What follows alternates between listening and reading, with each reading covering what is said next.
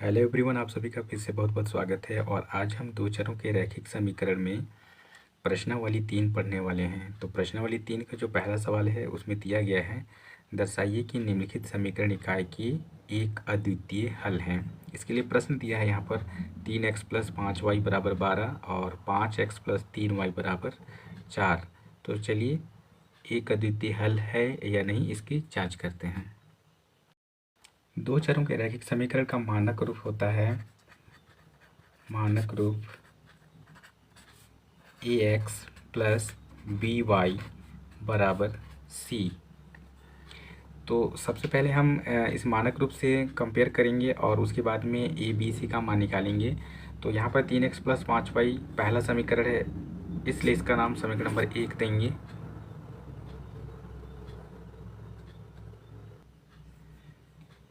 5x + 3y = 4 को इसका नाम समीकरण नंबर 2 देंगे। और उसके बाद में यहाँ से हम देखते हैं किस तरह से हम लोग ए बी सी का मान निकालेंगे।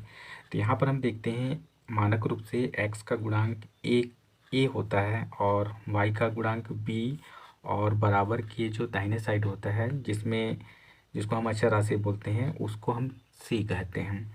तो पहले वाले समीकरण से हम a1 b1 c1 निकालेंगे और इसके बाद हम लिख लेते हैं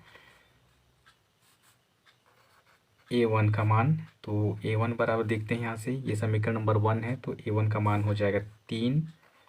यहाँ पर देखते हैं तो a = 3 और x को छोड़ देना है और यहाँ से y को छोड़ेंगे तो यहाँ से हो जाएगा b1।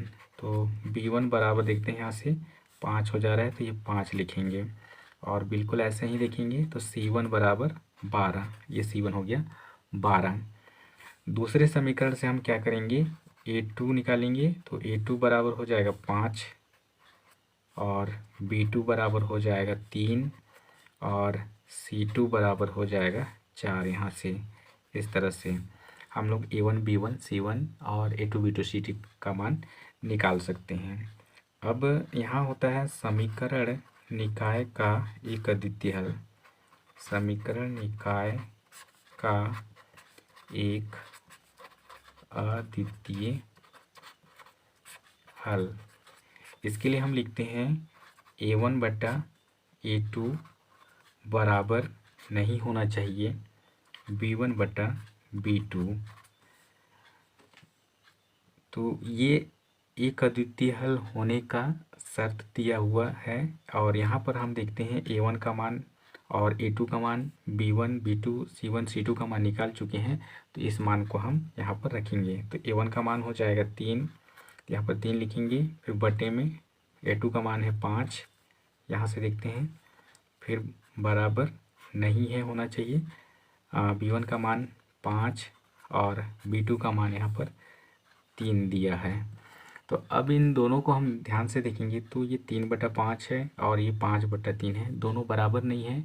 और समीकरण कह भी रहा है कि दोनों को बराबर नहीं होना चाहिए, तो यहीं से प्रूफ हो जाता है। यहाँ पर हम लिख सकते हैं LHS बराबर नहीं है RHS के, अतः समीकरण निकाय का एक अद्वितीय हल है। अतः समीकरण निकाय का एक अद्वितीय हल है। तो ये इसका आंसर हो जाएगा। और एक अद्वितीय हल से क्या तात्पर्य है इसको हम देखते हैं। तो जब पहले समीकरण और दूसरे समीकरण का जब ग्राफ खींचा जाता है तो ये सरल रेखा को प्रदर्शित करते हैं। तो जब हम ग्राफ खींचते हैं तो दोनों रेखा एक दूसरे को प्रतिच्छेद करते हैं। जैसे यहाँ पर मान लेते हैं पहले समीकरण से हमने एक ग्राफ खींचा और दूसरे समीकरण से जब दूसरा ग्राफ खींचा तो ये दोनों एक दूसरे को कहीं ना कहीं किसी बिंदु पर प्रतिच्छेद करेंगे, काटेंगे। तो इस बिंदु को ही हम क्या कहते हैं, अद्वितीय हल, ये पॉइंट को हम। तो इस तरह से हम एक अद्वितीय हल की जांच कर सकते हैं। बिल्कुल इसी तरह से हम लोग का अनंत अनेक हल होते हैं, इसकी भी जांच कर सकते हैं। और कोई भी हल नहीं होते हैं, इसकी भी जांच कर सकते हैं हम।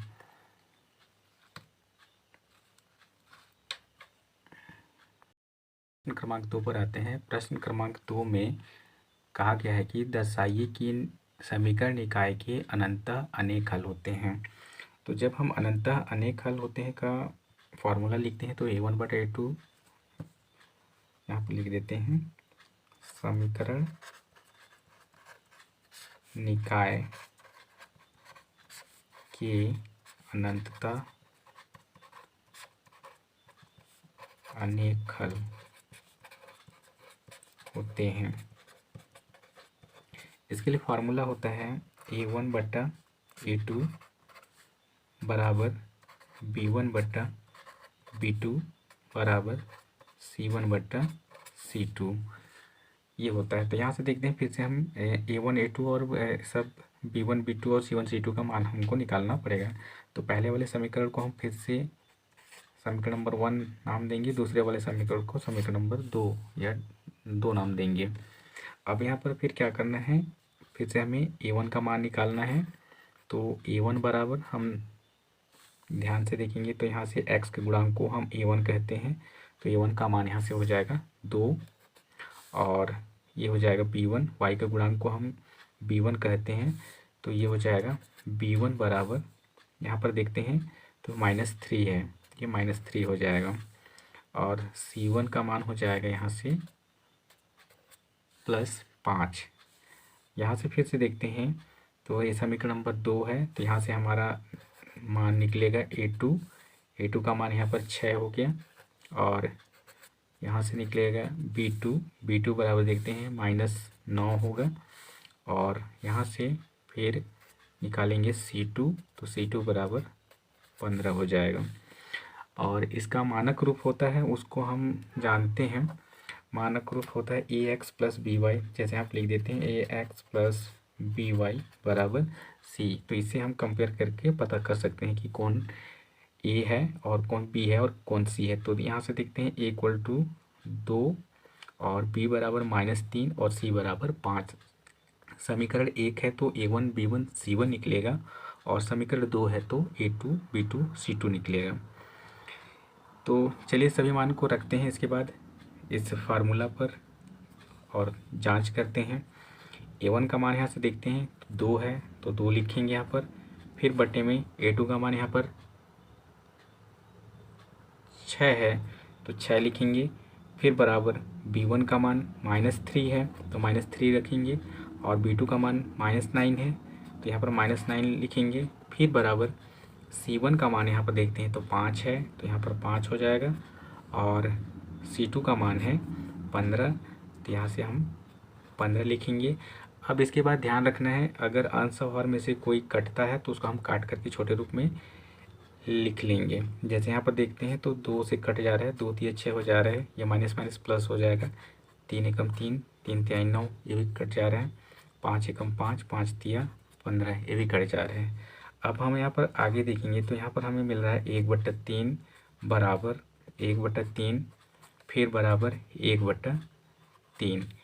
अब देखते हैं तीनों बराबर आगे हैं, मतलब 1/3 बराबर 1/3 फिर बराबर 1/3। तो ये शर्त यहाँ पर भी पूरा हो जा रहा है, इसलिए हम कह सकते हैं समीकरण निकाय की अनंतः अनेक हल होंगे। समीकरण